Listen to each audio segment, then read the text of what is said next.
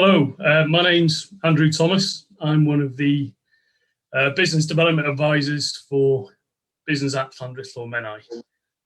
It's the employer engagement, the business arm of Group LlandrilloMenai.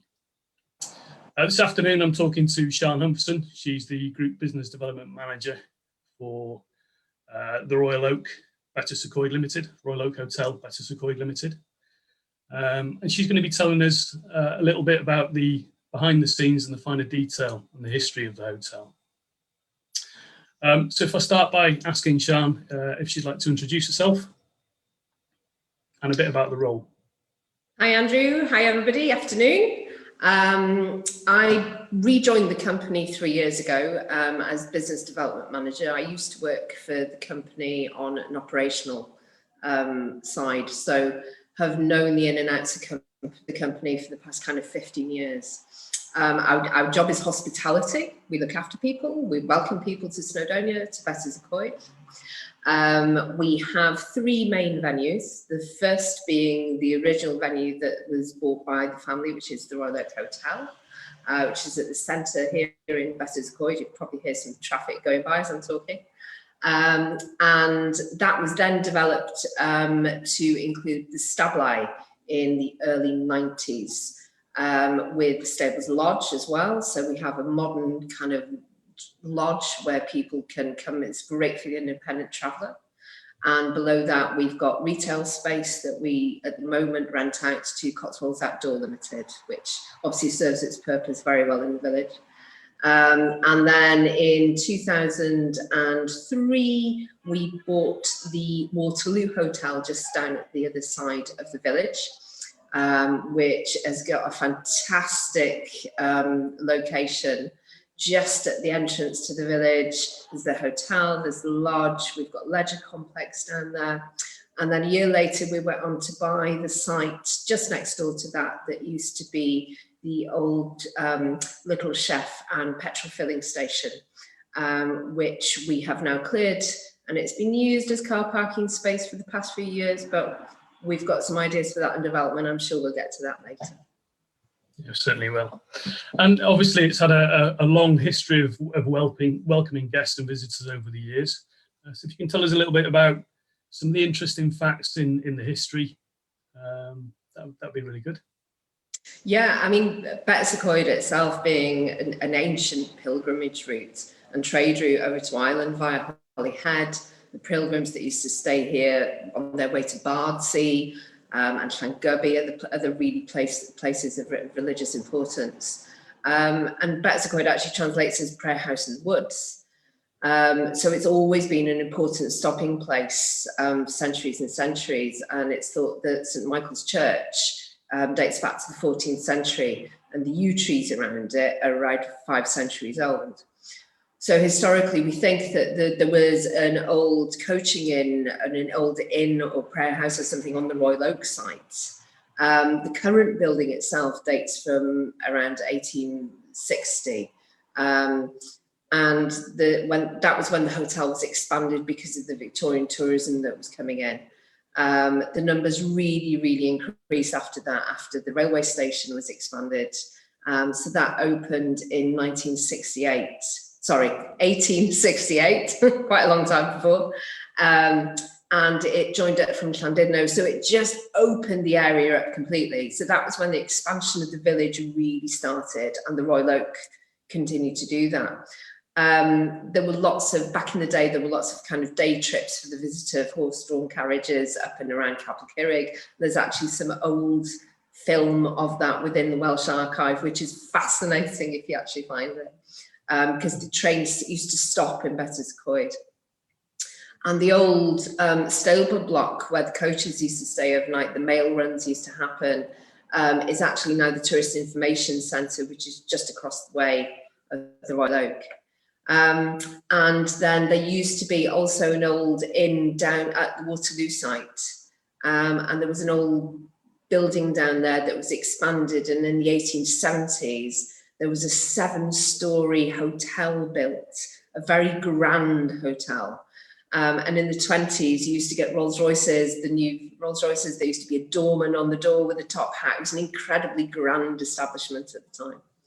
And it went into a bit of ruin after the war and everything. So they actually demolished it in the late 60s, early 70s to make way for the new A5 road.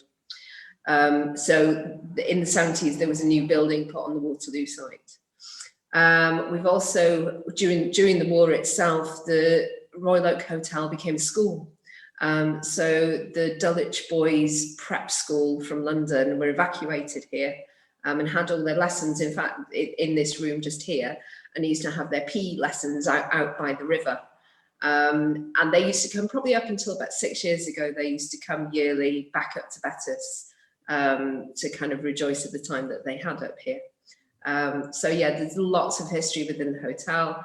And then of course we've got the artist colony that not a lot of people probably are aware of.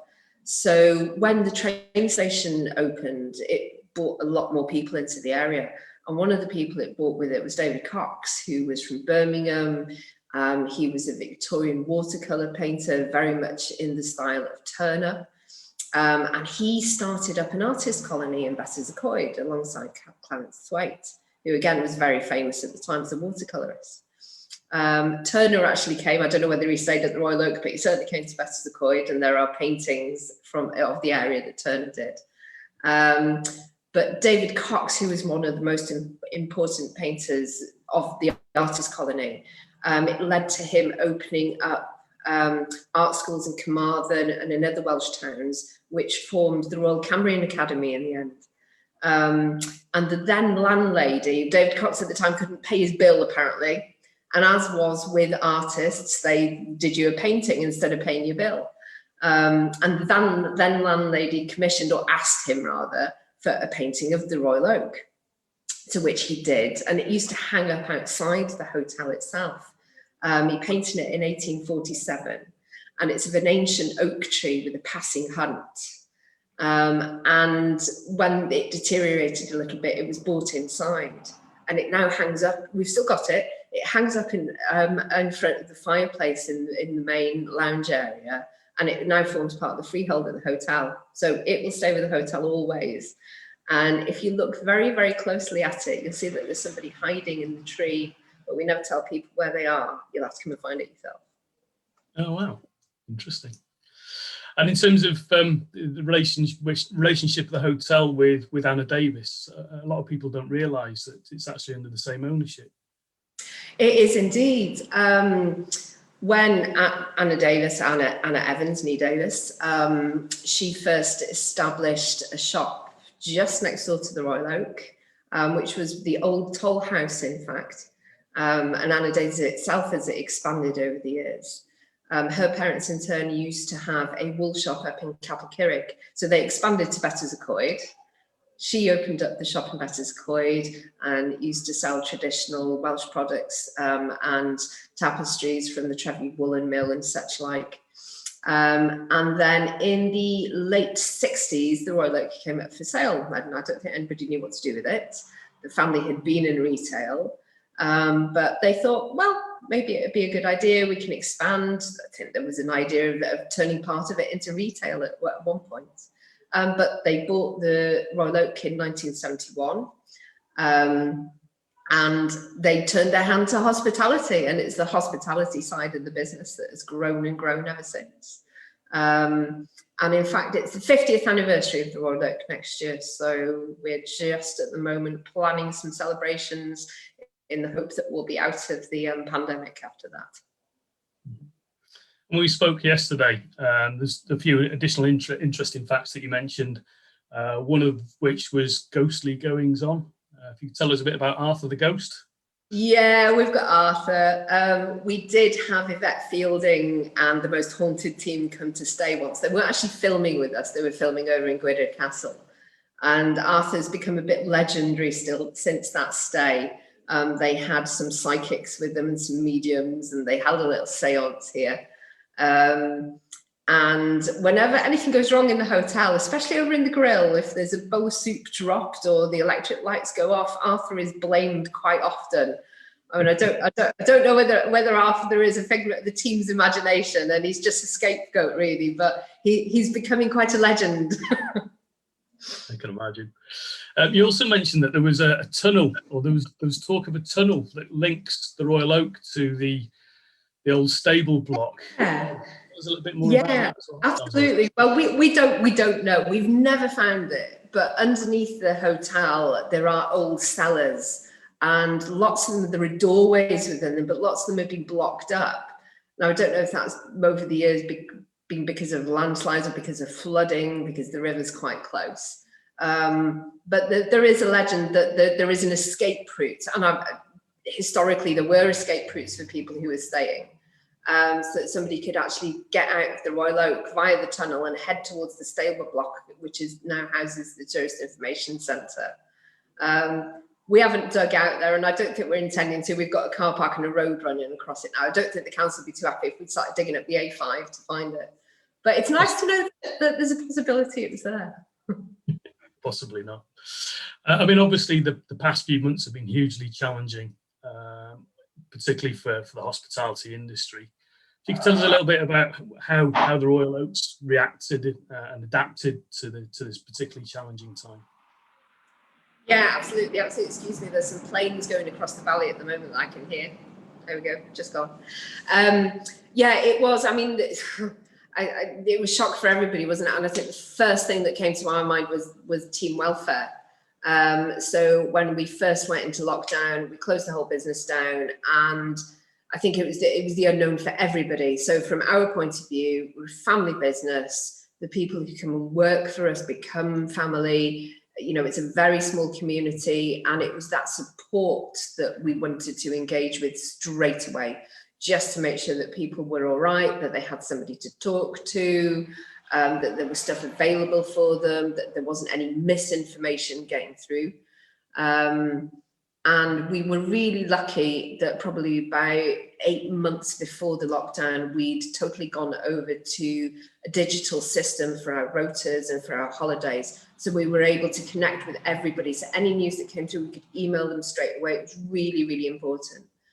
Now, for lots of you who have worked in hospitality, you'll know that things tend to take a long time to catch up digitally, because we are a people-facing business and a service business. And from our point of view, that was sheer luck, but it also gave us such a tool to work with that we could just talk to everybody about it and signpost them in the right direction. Okay. And in terms of moving forward, plans for the future, you already sort of mentioned earlier on that you've got some grand plans for the Waterloo Hotel, so it'd be good to find a little bit more about that. Yeah, we haven't. Well, we've got plans for quite a few things. Last week, in fact, we launched a digital ordering service in the Stabli. So now you can just scan your phone. You open up your camera and literally scan your phone over a QR code, and up our menu pops. We've embraced digital quite a lot in the past year, and obviously due to the pandemic, we've had to. In terms of what's going on at the Waterloo Hotel, we've just put our plans out for our public consultation, which involves a complete redevelopment of the Waterloo site as a whole. The site itself covers probably about 10 acres, which includes the field over the road. So we worked alongside the Design Commission for Wales and our architect, Seven Architecture, to develop a master plan for the whole site, and not just one building where we had permission for. And we felt it was really, really important to tell the story of Betws-y-Coed alongside the development, to tell the story of the heritage of the village, the history of the village, and the DNA of the village, and how it's changed, how that's happened, how tourism has changed that, how trade has changed that, and how Telford changed it. Lots of people who arrive at the village from the A5 or the A470, they go over the Waterloo Bridge, they don't even know it's happened. So what we've done is we've integrated some ideas to let people know about the history of the village as they're entering, so that they don't just come in and find about it retrospectively. So that they know that Betws-y-Coed is the gateway to Snowdonia. It's a real important part of our heritage here. it's not just about developing a business to make money. It's about developing a business to sustain the community, to make sure that we can offer careers and not just jobs, to make sure we keep people within the area, that we don't have the brain drain that we traditionally have had. And I know that we've done a lot of work with that, Andrew, with actually training people and getting people onto apprenticeships. And that's really important for us. So we've looked at all those aspects within the new development that we're looking at the Waterloo. So we're looking at training down there. We're looking at what we can do, how we can develop the business to engage it for experiences for the visitor and not just offer accommodation, which is traditionally what people used to do. So that's just gone to public consultation. We're not even gone into planning yet. So let's see what the public have to say about it. That finished up last Friday, the public consultation. So feedback's due next week. We'll see. We'll all eagerly await to see those plans come into fruition. It sounds absolutely fantastic. And we look forward to working with you on an ongoing basis in terms of staff training and development. In terms of sort of timeline, have you got a rough idea of timeline and how many jobs might be created from this? Oh, in terms of timeline, who knows? The first stage, we're looking at the next 2 to 3 years. We're looking at a phased development. We're not looking at doing it straight away.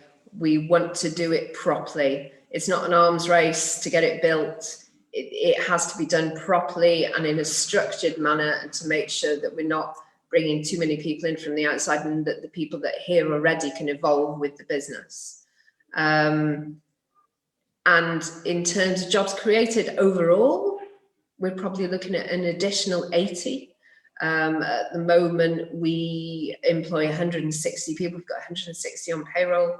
In the summer, that tends to go up to about 180, 185 with our seasonal team that come back. We're very lucky that the seasonal team that come back, they come back year after year.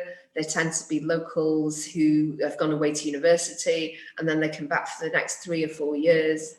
So yeah, looking at all of that completely holistically and not just rushing to put the buildings up, really. So that's what we're looking at. So I'm expecting lots of training ideas coming from your way as well. Excellent. Yeah, pleased to hear it. Pleased to hear it. I mean, one thing I will say as well in terms of plans for the future, it is Betws-y-Coed, it is leading up to Christmas, and it is the Royal Oak. So if you could tell us a bit about what's going to be happening in the Royal Oak leading up to that period. Yeah, well, as you can see, all our festivities are up and we're shiny and bauble-y already. It's not going to be the same this year, is it? And unfortunately, there won't be the festivals and the events that we normally have. But we have made the place look, I think, spectacular. The team have put a lot of effort into decorating and making it look very festive. We've got our festive menus, which start next week. We've got our New Year menus on, they're all on our websites ready. And we're just hoping to have a lovely, lovely atmosphere. There's some amazing mulled wine that's gone on that I need to try. That's gone on the menu last week. And our catering manager, Sam, I must say, I need her recipe for mince pies because she makes the absolute best mince pies. We're looking at a traditional, simple Christmas and just giving our hospitality the way we normally deliver it and welcoming people to Betws-y-Coed. And hopefully they can appreciate the fact that we've got local produce, it's fresh, it's seasonal, and it's just simple is better sometimes, isn't it? Absolutely. I mean, I'll certainly be making a visit at some point over the Christmas period. So. And in terms of, I think this really concludes really our discussion. It's been a fascinating look inside the walls and the history of the Royal Oak. One thing I will do is just see if you've got any questions that have come in from anybody. Okay, thank you. Yeah, I mean, all there is left to say is that I thank you, Sian, for the time you've taken this afternoon. I wish yourself and the team in the Royal Oak all the best moving forward, particularly with the plans for the Waterloo. To the audience, a reminder to businesses and employers that we're out there, Business at LlandrilloMenai, here to discuss any of your plans for staff development and training, and also particularly the funding programs that we have in relevance to that. And I think that concludes it. Thank you very much for your time. One thing I will say is we have another Facebook Live next Thursday, the 3rd of December at 1 o'clock. Thank you very much, Diolch. Thank you, Andrew.